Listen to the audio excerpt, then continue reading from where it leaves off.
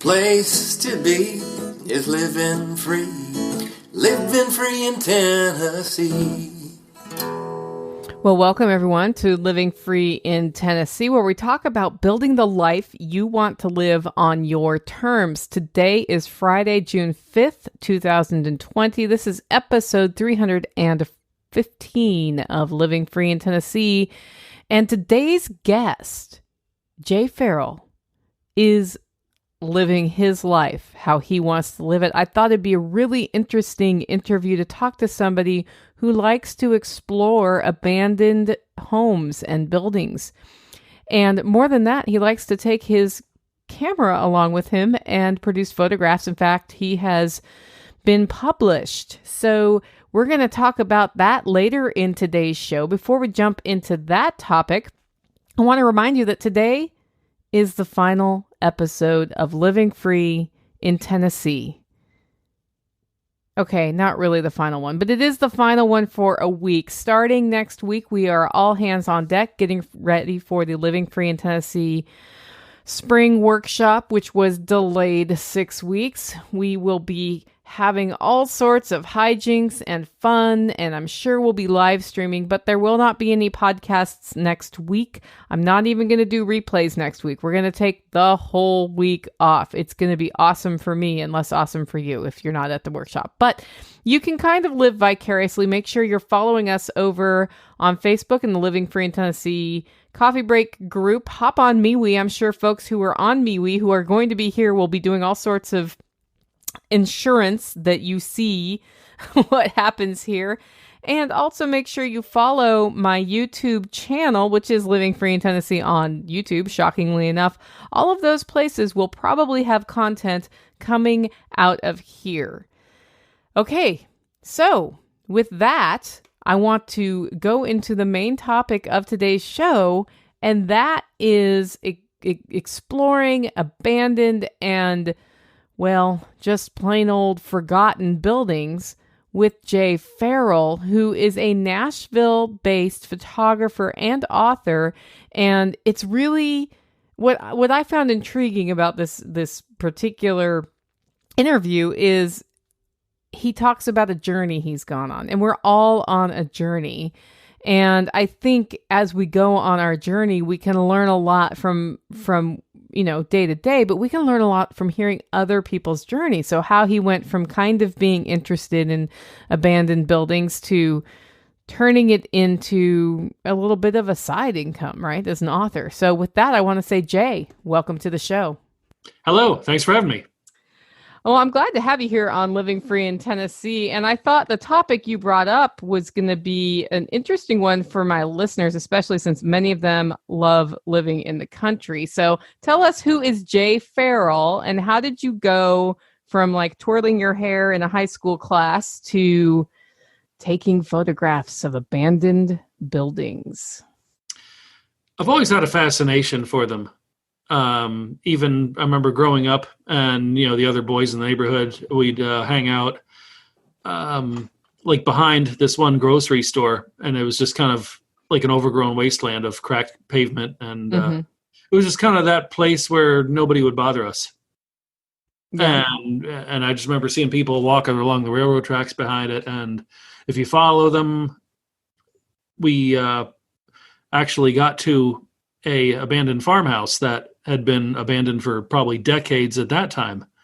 And I remember we tried to go through it. And, of course, I didn't have the navigation skills that I do now, but that's kind of my earliest memory of it. I remember that we would drive by, with my family, and I would look at it and get really kind of curious. And I just remember they're saying, yeah, that's such and such's farm. I can't remember what they said about him, but, I guess he's been gone for a while. And there were still animals in the field, but like rusted cars. I guess somebody was caring for the animals, but nobody did anything with the house.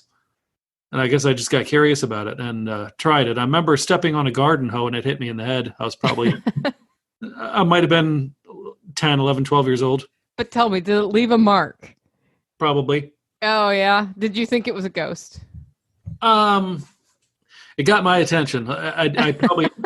I probably didn't have that kind of thought process at that time to think about ghosts. Yeah. Maybe, but Yeah, it's been too long, unfortunately, for me to recall that. But I guess since then, I took a break from photography for a little while and got back in the early-ish 2000s, and I would even bring models to abandoned buildings. And at the time, Nashville had plenty of them, like factories, warehouses, and it Wait, was Nashville had plenty of models or plenty of abandoned buildings? abandoned buildings. I remember the models are still here, I'm sure. I'm sorry, I just had to poke fun. No, totally. Yeah, like I'm a little sad that gentrification kind of swallowed everything whole, but I suppose that's just kind of the way it goes. And the same thing's going to be happening in Memphis and Knoxville and all that too. Okay, so you came across this farmhouse as a kid, got into that. Is that what got you into exploring abandoned places as a bigger effort, or Not was there really. something else? I guess that was just to reiterate the point that the interest was always there. Okay. But I mean, I started off with bringing models to the old factories or warehouses just for that sort of canvas, and did that for years.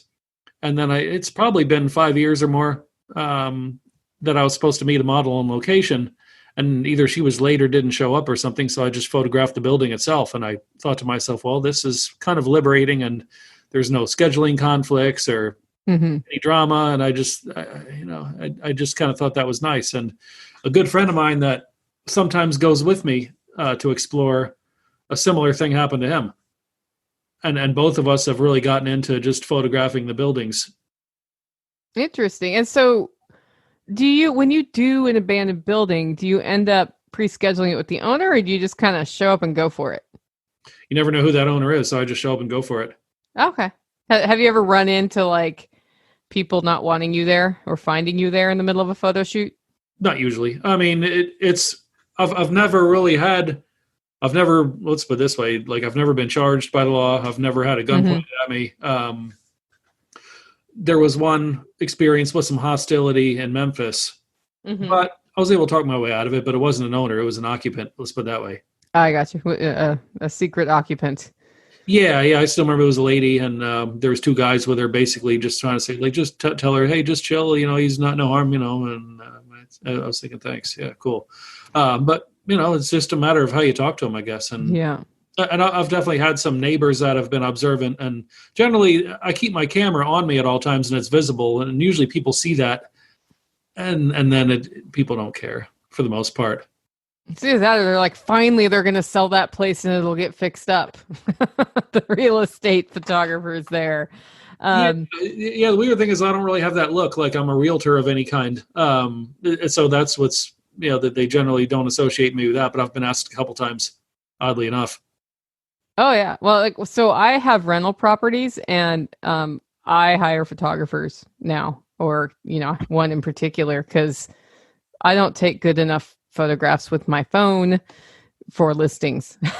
So Makes sometimes sense. it's better to just go outside the real estate network and get somebody who can take good looking photos, rather than run around with your digital camera, especially if you have a business on the line. Okay, so what have been some of your favorite locations to explore? Ooh, that's a hard one. I know there's been some places that are no longer standing that I didn't pay enough attention to the buildings themselves because I was bringing models there, and I could kick myself for some of that, but I've learned a lesson from it. That won't happen again. And another thing is, when these places are available, sometimes you got to get them while they're there, because you never know what could happen weeks or even months from now. But probably over the years, my favorite has been there's an abandoned mental asylum in Alabama that I really liked a lot. Also, Madison Mill in Nashville, that it's been refurbished. Right.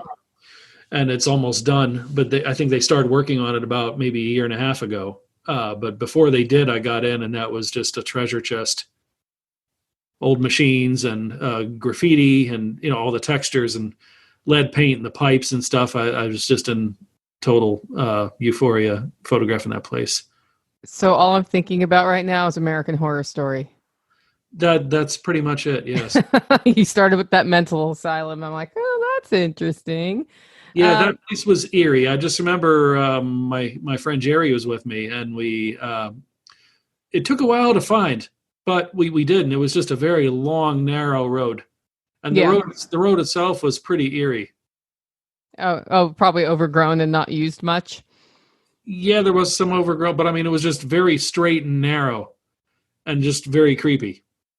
Ah, gotcha. Yeah, definitely had some, real character presence to it. And when we got there, I was just like, we have found it. It is here. The Holy Grail, yes. So there are 6 or 7 abandoned cabins around me, anything from just the foundation left to the house is still standing, but a tree's fallen through it and stuff like that.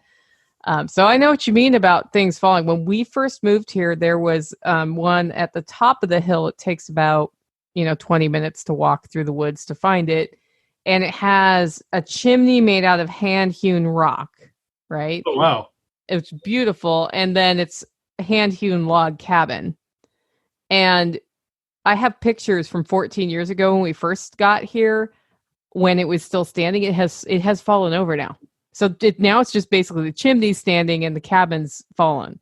But because it's made out of those logs, it's still kind of standing, if that makes any sense, because it was the foundation that went. So it's interesting to watch that. And I'm guessing if I'm here another 14 years, I may just have a chimney left there. Well, you've captured history right there, because you have something that almost nobody knows even exists, and it no longer does. Oh, yeah. Well, we have a graveyard that's next door to me. And during the COVID shutdowns, there were these 2 ladies driving around our road looking confused. And we're like, well, what are you doing out here? And they said, well, we're looking for this one cemetery to find the grave of this person because her great-granddaughter is dying right now in a home. And she had always tried to find this grave and couldn't find it. And so they showed me the description, and what it was is that they had it listed in the wrong county, but when you looked at the roads they were supposed to follow, it basically pointed right to the house next door to me, based on where things used to be I live in a holler. I call it the holler. And I knew that there used to be a store in this one place, and it had been removed, and they took the building away. And we knew there were graves there, because there's a couple graves with like stones in the shape of a sarcophagus up there. And so we said, well, come on up and look. And, maybe this is it. And it was. But they don't have names written on anything. And then there were like 20 people, 15 or 20 people buried there. So what we have left are 2 graves. And then all around it, there was a bulldozer that put a lawn in for the house. But then all around it, we started finding other markers once they showed us what they looked like. So that's pretty awesome. I mean, that really helped her out too then. Yeah, well, okay, so then they were able to get pictures of the grave to the daughter, and the lady, before she died, got to see it. She didn't get to come out, but yeah, it was kind of an interesting little thing that happened. Plus, we have been compiling a history of this area for, like, my neighbor who's been here since, I think, the 60s. He's been compiling a history of all the families on this road. And that was a big mystery, was whose graves those were. And then that also answers who lived in the house next door, because it was built in about, we think, 1830. So, yeah.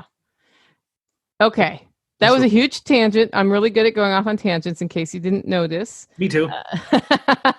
So, how do you find these places?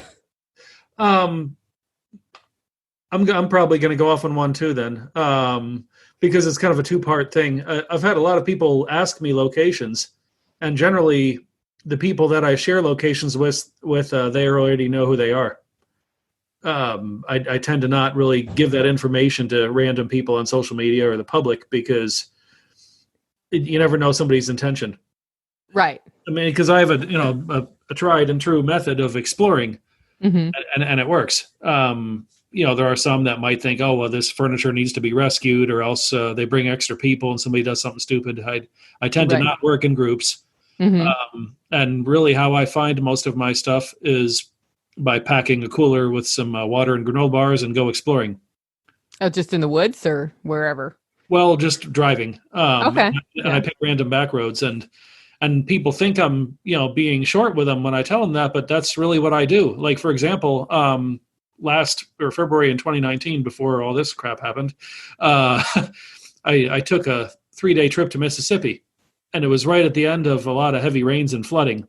Mm-hmm. But it was amazing just watching, like, those narrow roads in the Delta. The water rose to the point in the cotton fields where you could drive a boat through it, and the roads were not really elevated from the fields, so there's very little keeping the water from rising onto the roadway. But I just remember that it was just amazing. I hardly saw anybody, and I was going in a state where I really knew nobody. I knew nothing about it.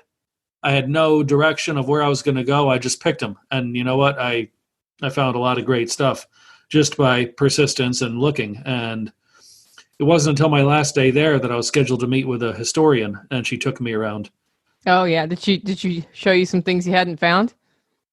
Well, it was a different area. So that's what was good. I kind of hit a bunch of different areas in the Delta and central Mississippi and worked my way east and then south, and not all the way to South Mississippi because that was a different trip. But my favorite place that she brought me to, it was in Antebellum Era House.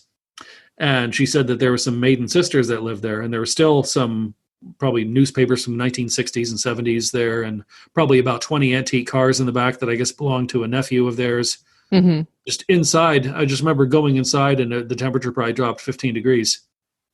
And that's interesting. Yeah, it was great. And there was just like so much stuff, and newspapers and furniture, just boxes and stuff just stacked everywhere, and it was seriously cool, and some very old appliances. It was a retro time capsule. It was amazing. But I think what it boils down to is, I've done a lot of manual exploration to find most of my places, but as people trust my work, some people direct me to them.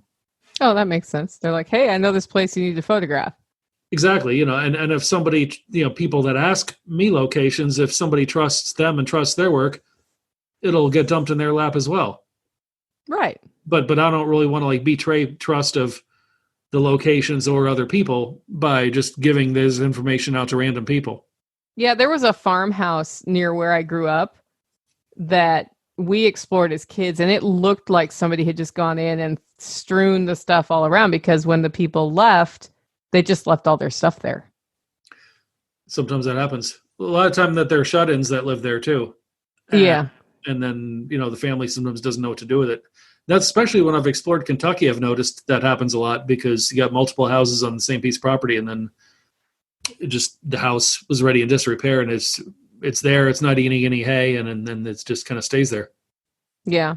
So by shut-ins, you just mean people come and squat? No, like older people that are in bad health and they can't really leave the house. Oh, I gotcha. Yeah, and once that happens, you're in trouble. Yeah, unfortunately, and especially in the rural areas now, a lot of the hospitals and stuff like that, but that's all they know.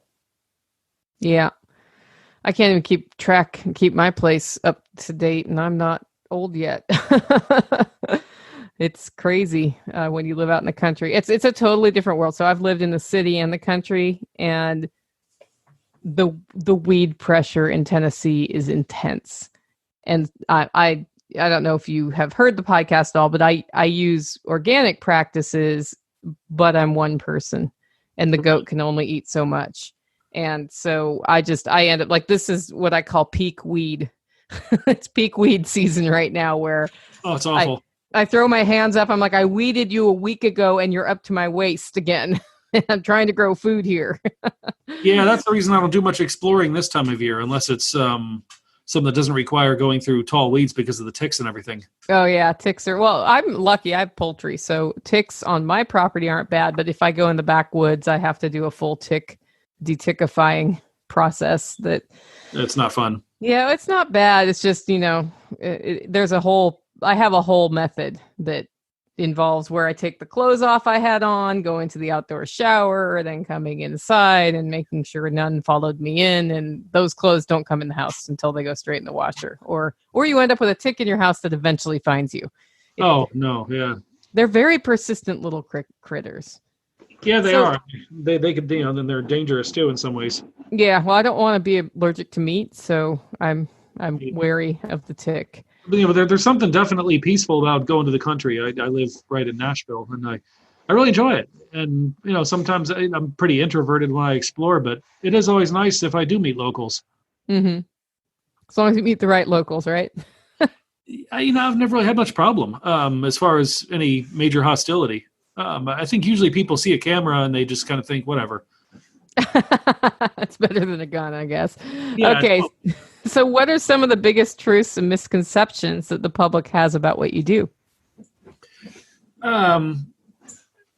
Well, you know, I mean, like ever since I've reached out to the public communities and showed my work, I didn't know how they'd feel about it, but I think a lot of people really find it interesting. And even historians, I've worked with them. But I kind of have my practices. I don't break any windows or kick any doors in, anything like that. And I leave it exactly how I found it. And I think once people know that, generally they're cool. But, you know, there's always going to be some that are smarmy and, oh, you were trespassing. Well, you know what? If it wasn't, if they really cared that much, it wouldn't have been left in that condition. Mm-hmm. You know, and besides, I'm just taking photographs. I just don't really engage in conversations like that because I'm not going to change their mind. And they're not changing mine either. So I just don't even really waste my time. But I think a lot of them think that automatically you run into squatters all the time, or, you know, people pull up and they pull guns on you, and really neither. Yeah, it's not a good practice to just whip out your gun on somebody when you see them. They might have a gun too. Well, no, that's what I'm saying. You know, I don't travel with one. But, you know, but I'm saying I've never had one pointed at me. That's what I mean. Like if you see somebody, the first thing you want to probably do is ask anyway, even if you have one on you, from the other perspective of the person who finds you. So I've definitely had some inquisitive neighbors, especially like when I did a trip, a several-day trip in Eastern Kentucky before all this happened.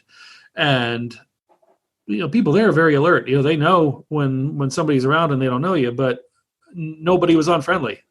And I actually talked more with people than I ever do on any trips. But, you know, I mean, I've made Facebook friends you know, with them, and I'm glad to have met them.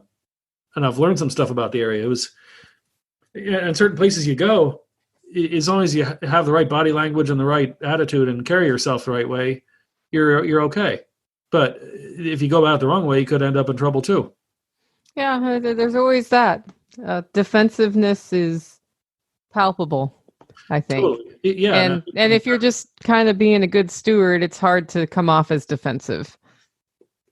Yeah, I mean, I don't want to act like I'm avoiding them or anything like that, even though, you know, sure, I'd probably rather not talk to them. I'm just there to explore, but so be it. You know, I've had neighbors even ask and stuff like that. Not very much. Usually I'm pretty unnoticeable and I'm not there for super long. But I remember when I was doing a trip through East Tennessee, I was in around Roane County, in the middle of nowhere. I didn't expect to even see any cars, but I pulled my car off kind of in the weeds and I started to hike up this hill. And I'm kind of a magnet for these briars, these sticky bushes things. I think we all are. Yeah, those get me every time. But whatever, you know. So I started hiking up the hill, and then this Roane County sheriff goes by, and he just starts saying like, "Hey, do you know the owners of this property?" I'm just like, "Nope, I know nobody." And he's like, "Oh, you just going up there to photograph it?" I said, "Yeah, that was it." And I just kind of started telling him about what I do. And he says, "Well, you know, if there's any no trespassing signs out front, just don't go in. You know, that's all I can tell you." And I'm just like, "Okay, thanks." And yeah, this is probably like 6 or 8 minutes later, I started hiking down the hill, and he's like, "You totally went in, didn't you?" I say, "Well, there was no trespassing signs in the back, but of course I didn't. No." And he's like, "Uh-huh." So, I mean, it was friendly. Well, that's good. Do you end up digging into the history of places that you check out after the fact or beforehand? Is that part of what you do, or is it run in and for the art and get it produced? That was it was always the latter for me. Just I never really dug into history, but since getting published, I've gotten, after my first 2 releases, I've started to incorporate more of that into my work, and it's only enhanced it. So it's always after the fact. If it's like a farmhouse or something like that, I don't think it really helps anything to know that John Smith lived there in 1920. If it's like a factory or an old general store or like an old school, I'll definitely get a lot of history information. Even when I did out of state trips like Mississippi and all that, I was able to find different communities and historians and get information. I can do the same thing, in Tennessee. At times, if I've met locals, I've gotten some information from them. Usually not. I have a little app on my phone where I can make voice recordings, and it tracks the location, so that way I don't forget where I was. Oh, that's cool. It makes it more identifiable. I'm not telling you that I remember to do it every time, but it's there. Yeah, I know that feeling. I'm we have a lot in common in that regard. I'm usually like thinking about other things and I'm like, oh yeah, I've been supposed to post something on Instagram since yesterday. My mom has reminded me 3 times. Oh, I've picked up my phone and then somebody else asked me a question and forgotten to do this for 2 days. Siri's a good reminder. That'll help you. Yeah, well, and Alexa lives in my house too, so she's usually pretty good at reminding me of stuff. Oh, do you want me to tell you the time where I did experience some hostility? Oh yeah. And I think a lot of people think this happens all the time, but it really doesn't, because usually there's nobody in there. But I think most people think like if somebody's crazy enough to go in these places, they're probably not the person you want to bother anyway. But Yeah, I was in Memphis, and the time before I went with my friend Jerry. This time it was a solo mission, but I met one of my readers that lived there, and I don't think he's ever really been exploring in a place like that before. He'll stop and see some on the side of the road and photograph it, but we definitely broke him in pretty good on this one. We went in this neighborhood called Berkeley. There was this abandoned church, and it was just like a loose piece of plywood, and I could move it off to the side and get in. There was nobody around. We were probably in there for less than 10 minutes, and then a side door that I didn't even know was there opened, and 2 guys walk in. Mm-hmm. And they just kind of wanted to know what's up. I think they were homeless and they were staying there, but they were nice. So, I just talked to them, and they were cool, and they gave me their names. I gave mine. And so at that point I was like, okay, well, I'm almost done here. There's a couple more little areas I want to do, and I think I just want to get out of here, so my luck doesn't run out. And right. I don't want to go out that door just in case I'm getting ambushed. I don't, I thought they were nice guys, but that doesn't mean I trust them that much. Mm-hmm. So I went back. Plus, you have a camera that's stealable. Yeah, the funny thing is it's a rangefinder. It doesn't look like anything fancy, and it really isn't fancy, but it's a great tool for sure. Mm-hmm. Yeah, it's not like I'm wearing this big, huge cinder block around my neck with a lens that's 14 feet long, right? Or I'm wearing like the safari jacket or any of that. I'm just very low key when I explore. I just have a backpack on me, and I do that also so nobody knows what's in it. Mm-hmm. But I do keep my camera on me the whole time. But I exited back towards the front by the street side, and probably 20 feet away, there was a lady that was staying there too. And yeah, you could tell, she was on something. Her eyes were bugged out of her head. Mm-hmm. And then she just said, "What the F are you doing in there?" But raised her voice pretty good. I was like, "Hello to you too." Yeah, and I just told her it's in there taking photos, and that's it really. And she didn't seem to like that answer. And I just told her, well, I met the other 2 guys and I mentioned their names. And she says, yeah, well, one of them's my cousin, but still, what are you doing in there? I was like, well, I just told you. So I just tried to sort of calm her down and say, yeah, I don't want to see a pretty lady get all mad. And that seemed to be all I needed to do. And the other guys were, telling her, okay, just calm down. This guy's so then I was like, okay, well, y'all have a good day. See ya. Yeah, I'm out. Yeah, I mean, yeah, I wasn't super worried about it, but it was still sort of a tense moment because it was their turf, and I had to definitely have some humble pie in that situation. You can't act defensive towards them on their own turf, especially, but it all ended up good. So is this something you're doing full time, or is it more of a side hustle sort of approach? It's not even really a hustle. It's just something I like to do. Getting published was completely unexpected. Mm-hmm. How'd that happen? Well, on one of my blogs, actually, the publisher found some of my work there. And at first I thought, wait, you want me to write books? Are you sure you got the right person? And I think I ignored the first email. And then when he sent another one, I'm just like, okay, I'll see what this is about. I'll bite. And I could tell, definitely his English was a little bit different. He's British. Mhm. So, they use some words differently. And I said, okay, well, do you have a U.S. office or somebody I can talk to on the phone, or can I talk to you? And he said, yeah, we have a South Carolina office. I'll schedule a call. And I was definitely nervous about it because I don't really have the attention span for reading. That's for sure. Writing I can do, but publishing, it's a completely different world from doing blogs. Oh yeah. But I mean, there was definitely a lot of trial and error in the first ones for sure. But then after that, I thought, I'm enjoying this, and now I know better what I have to do. But it's for the first two, the little mistakes I made, I'm still proud of because I really love how they turned out.